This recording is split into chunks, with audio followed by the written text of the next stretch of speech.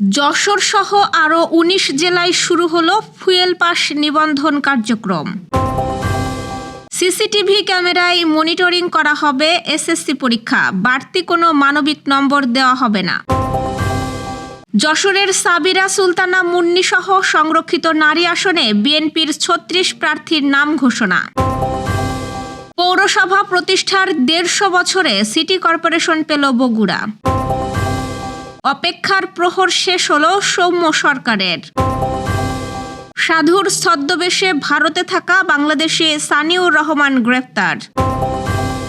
সন্ধ্যার মধ্যে ৪ জেলায় ঝড় বৃষ্টির শঙ্কা, নদী বন্দরে সতর্কতা। দর্শক, শুনছিলেন দিনের খবরের প্রধান প্রধান শিরোনাম, এবার বিস্তারিত। তার আগে আমাদের ইউটিউব চ্যানেল সাবস্ক্রাইব করুন এবং সব খবর পেতে ফেসবুক পেজ ফলো করে রাখার পাশাপাশি ওয়েবসাইট ভিজিট করুন। সারা দেশে জ্বালানি সাশ্রয় ও সুশৃঙ্খল বিতরণ নিশ্চিত করতে ফুয়েল পাস সিস্টেম বাস্তবায়নের অংশ হিসেবে আজ সোমবার থেকে আরও ১৯টি জেলায় নিবন্ধন কার্যক্রম উন্মুক্ত করা হয়েছে। বিদ্যুৎ, জ্বালানি ও খনিজ সম্পদ মন্ত্রণালয়ের অফিসিয়াল ফেসবুক পেজে এক পোস্টে এই তথ্য নিশ্চিত করা হয়েছে। মন্ত্রণালয়ের তথ্য অনুযায়ী নতুন করে যে জেলাগুলোতে এই নিবন্ধন প্রক্রিয়া শুরু হয়েছে সেগুলো হলো গাজীপুর, নারায়ণগঞ্জ, কুমিল্লা, লক্ষ্মীপুর, নোয়াখালী, বগুড়া, পাবনা, সিরাজগঞ্জ, বাগেরহাট, চুয়াডাঙ্গা, যশোর, বরগুনা, ভোলা, ঝালকাঠি, হবিগঞ্জ, মৌলভীবাজার, দিনাজপুর, গাইবান্ধা ও কুড়িগ্রাম। বিজ্ঞপ্তিতে আরও জানানো হয়েছে, এটি একটি চলমান প্রক্রিয়া এবং পর্যায়ক্রমে দেশের সব জেলায় ফুয়েল পাস নিবন্ধন কার্যক্রম চালু করা হবে।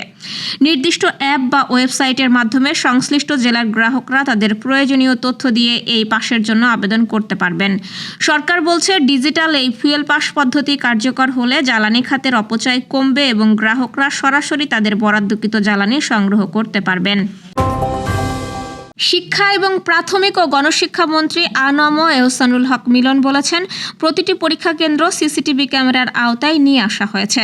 আমরা সিসিটিভি ক্যামেরার আইডি নিয়েছি। শিক্ষা মন্ত্রণালয় থেকে পরীক্ষা কেন্দ্র সিসিটিভি ক্যামেরায় মনিটরিং করা হবে। এসএসসি ও সমমান পরীক্ষা উপলক্ষে আজ দুপুরে সচিবালয়ে শিক্ষা মন্ত্রণালয়ের সভাকক্ষে সংবাদ সম্মেলনে তিনি এসব কথা বলেন। এবছর পরীক্ষায় বাড়তি কোনো মানবিক নাম্বার দেওয়া হবে না বলেও জানিয়েছেন শিক্ষামন্ত্রী এহসানুল হক মিলন। ত্রয়োদশ জাতীয় সংসদের সংরক্ষিত নারী আসনে ৩৬ জন প্রার্থীর নাম ঘোষণা করেছে বিএনপি। আজ দলটির পক্ষ থেকে এই তালিকা প্রকাশ করা হয়।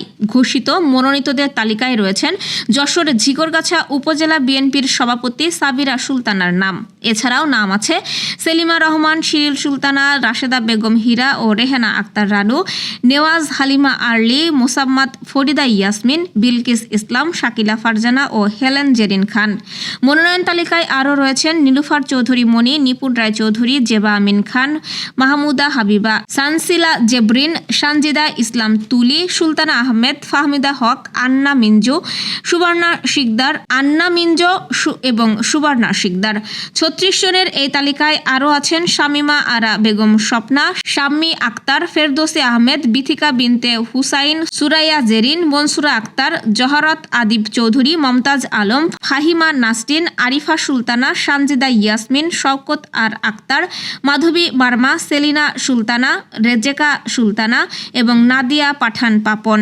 মনোনয়ন পেয়ে তাৎক্ষণিক প্রতিক্রিয়ায় সাবিরা সুলতানা গ্রামের কাগজকে জানান, তার দল তাকে মূল্যায়ন করেছে, এজন্য তিনি দলের সকল নেতৃবৃন্দের কাছে এবং তার এলাকার মানুষের কাছে কৃতজ্ঞ। উত্তরের গুরুত্বপূর্ণ জেলা বগুড়া এখন সিটি কর্পোরেশন। পৌরসভা প্রতিষ্ঠার ১৫০ বছর পূর্তিতে আনুষ্ঠানিকভাবে এই মর্যাদা পেল শহরটি। সোমবার পৌর ভবনে ফলক উন্মোচনের মাধ্যমে বগুড়া সিটি কর্পোরেশনের উদ্বোধন করেন প্রধানমন্ত্রী তারেক রহমান। এর মধ্য দিয়ে দেশের ১৩তম সিটি কর্পোরেশন হিসেবে যাত্রা শুরু করল বগুড়া। ঐতিহাসিকভাবে ১৮৭৬ সালের ১ জুলাই প্রতিষ্ঠিত বগুড়া পৌরসভা উত্তর অঞ্চলের অন্যতম প্রাচীন পৌরসভা। বর্তমানে ২১টি ওয়ার্ড নিয়ে প্রায় ৪ লাখ মানুষের বসবাস এখানে। ২০০৬ সালে পৌরসভার আয়তন বাড়ানো হলেও সিটি কর্পোরেশনে উন্নতি করার পরিকল্পনা দীর্ঘদিন বাস্তবায়ন হয়নি। অবশেষে সেই অপেক্ষার অবসান হলো। সংশ্লিষ্টরা মনে করছেন, এই উন্নতিকরণের ফলে বগুড়ার নাগরিক সেবা, অবকাঠামো উন্নয়ন ও নগর ব্যবস্থাপনা আরও শক্তিশালী হবে। পাকিস্তান সিরিজের স্কোয়াডে ছিলেন তবুও সৌম্য সরকার একটা ম্যাচও খেলার সুযোগ পাননি। নিউজিল্যান্ডের বিপক্ষে নতুন সিরিজের শুরুতেও সৌম্য সরকারের ভাগ্যটা রয়ে গিয়েছিল পুরনোই। প্রথম ম্যাচেও সুযোগ পাননি তিনি। অবশেষে সেই অপেক্ষার প্রহর শেষ হয়েছে সৌম্য সরকারের। দলে ফিরেছেন তিনি। সৌম্য সবশেষ যে ম্যাচ খেলেছিলেন সেই ম্যাচের সেরা খেলোয়াড় বনে গিয়েছিলেন। ওয়েস্ট ইন্ডিজের বিপক্ষে সেই ম্যাচে তার 91 রানের ইনিংস ম্যাচের গতিপথ পাল্টে দিয়েছিল। তবে এরপর থেকেই তিনি ব্রাত্য হয়েছিলেন একাদশ থেকে। তবে একাদশ দেখে মনে হয়েছে তার পজিশন ওপেনিংয়ের জায়গা নাও হতে পারে, কারণ শেষ 4 ম্যাচে খেলা 2 ওপেনার সাইফ হাসান আর তানজিদ হাসান তামিম আছেন একাদশে। সৌম্যকে জায়গা করে দিতে দল থেকে বাদ পড়েছেন আফিফ হোসেন। সবশেষ ম্যাচে লেয়ার মিডল অর্ডারে খেলতে নেমে দলের প্রয়োজনীয় মুহূর্তের 49 বলে 27 রানের ইনিংস খেলে সমালোচিত হয়েছিলেন তিনি। শেষ 4 ম্যাচে বলার মতন কোনো পারফরম্যান্সও নেই তার নামের পাশে। ভারতের উত্তরাখণ্ড রাজ্যের তীর্থস্থান ঋষিকেশে বাংলাদেশি নাগরিক সানিউর রহমানকে গ্রেফতার করেছে পুলিশ। তিনি 2013 সালের শাহবাগ আন্দোলনে সক্রিয় ব্লগার হিসেবে পরিচিত ছিলেন। ভারতীয় গণমাধ্যম টাইমস অফ ইন্ডিয়ার প্রতিবেদনে বলা হয়েছে, সানিউর দীর্ঘদিন ধরে সত্যনিষ্ঠা আর্য নামে পরিচয় দিয়ে সাধুর ছদ্মবেশে ভারতে বসবাস করছিলেন। প্রাথমিক তদন্তে জানা গেছে তিনি 2016 সালে নেপাল হয়ে অবৈধভাবে ভারতে প্রবেশ করেন এবং এরপর থেকে বৈধ কাগজপত্র ছাড়াই অবস্থান করছিলেন।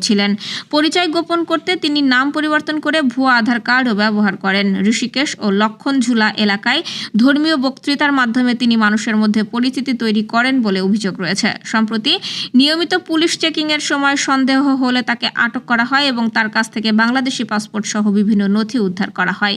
ভারতীয় দণ্ডবিধি ও বিদেশি আইন অনুযায়ী তার বিরুদ্ধে মামলা হয়েছে।